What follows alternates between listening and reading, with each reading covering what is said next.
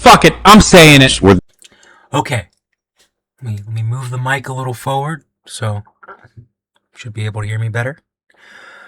We're in, and shout out Hassan Piker for that beautiful introduction. We are in a very unique space and time in the political landscape, ladies and gentlemen, where this isn't your granddad's left, okay? We're not leftists or socialists or Marxists or Maoists or whatever flavor of bullshit you decide to title yourself. Where we're under a Ronald Reagan administration, or where, oh, we think things are going to change under Obama. Fuck the deportations and him drone striking the Middle East. No.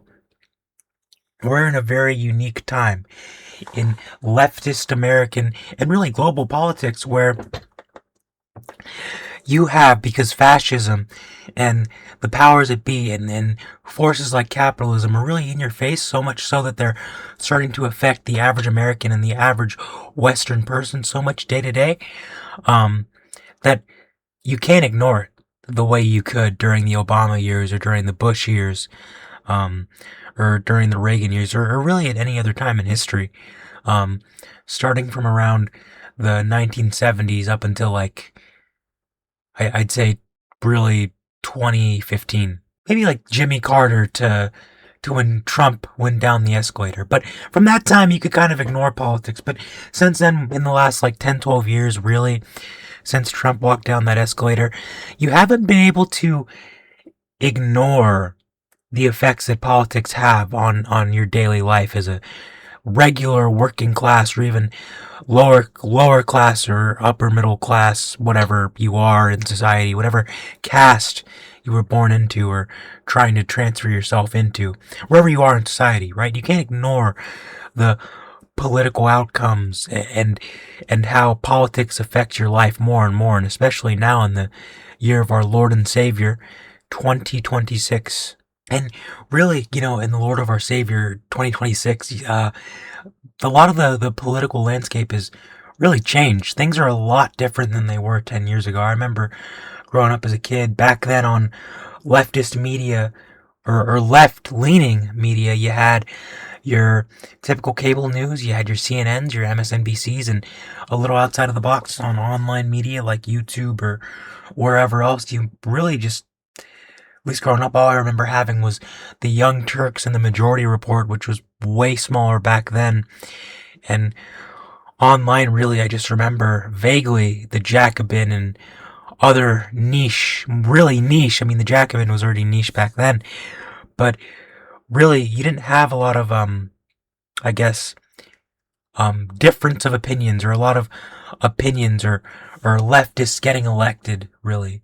But this video is more focused on the new left media, right, which is really cropped up within the last 5 to 10 years, and it's basically an opinion piece on why I don't think the left is cooked, at least in the media sphere and in the music sphere. And in a lot of the people that we have today that are activists, that are musicians, that make content about politics, at least in the Western leftist spaces, we really have a lot of good people that are really doing the work, both on the musical front, on the activist front, and on the content front, that are just fucking making class, really good shit on those three fronts. And today I just kind of wanted to give my opinion on why I think, at least in those three categories, we got some good shit. And I'm not saying that politically or electorally things are fine or will be solved, but we have a lot of really smart, young, bright people that are in Gen Z, which is my generation. I know I'm on the younger part of Gen Z, but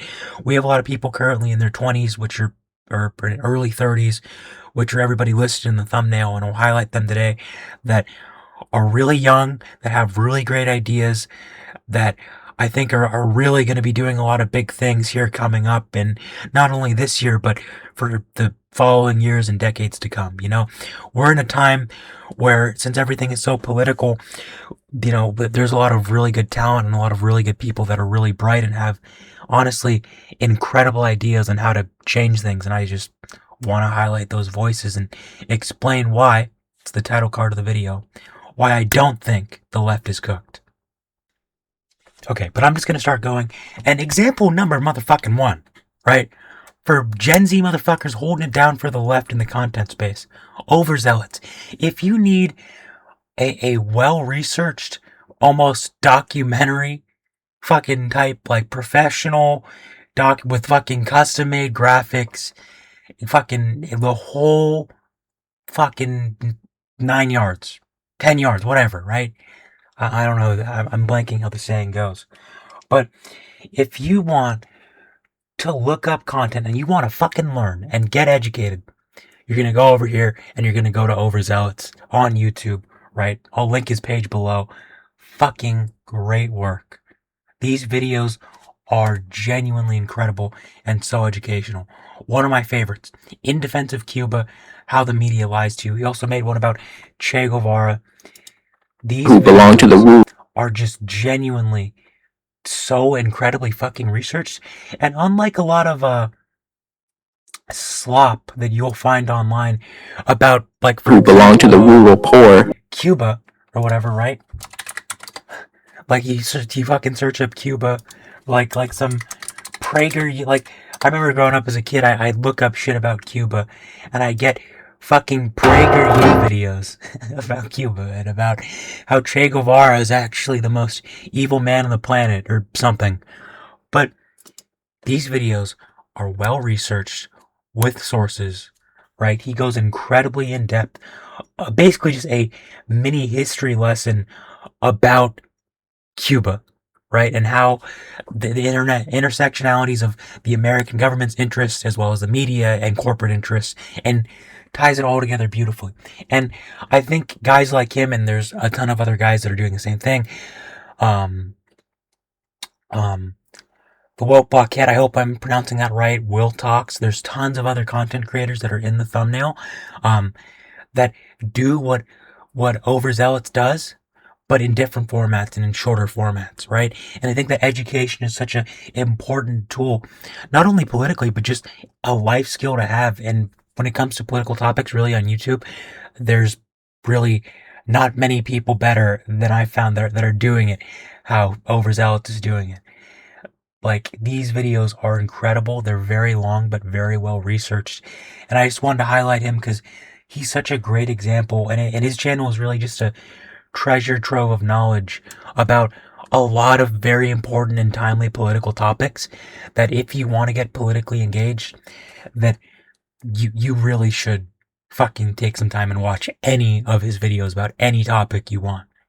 And I think on the educational front, or when it comes to educating yourself, I think that guys like him are really holding it down for the left in general, you know? And next up, right, when it comes to the activist, and also, because really if you're an activist, you're also kind of a content creator just because of the landscape of how things are, right? Dude, and just one example, or multiple examples wrapped into one, but you have fucking Lily Igla going to fucking Cuba, and I know it was a while back now. You had Lily Igla going, who does great work, who was on the ground recently at fucking Delaney Hall documenting that situation, right? You have Hassan, of course, in fucking Cuba, right? On the ground as well, doing the damn thing, getting fucking interviews. Great mini doc he made, really educational and informational. Kneecap as well in the fucking music front. As well as even more recently, right? Chris Smalls, Amazon labor union leader, was literally detained, right? Which didn't get a lot of mainstream media coverage or really coverage at all, because of course not. When in a media landscape where even liberal media is owned by fucking Oracle now, he was arrested protesting the Met Gala, where Jeff Bezos was an honorary chair. So you got arrested trying to enter while protesting, of course, right? But I'm just saying, the point that I'm trying to make is that even on the activism front, you have so many fucking good people that are doing the work, that are getting out there, fucking boots on the ground, putting their goddamn bodies on the line in Cuba and at Delaney and all these other places.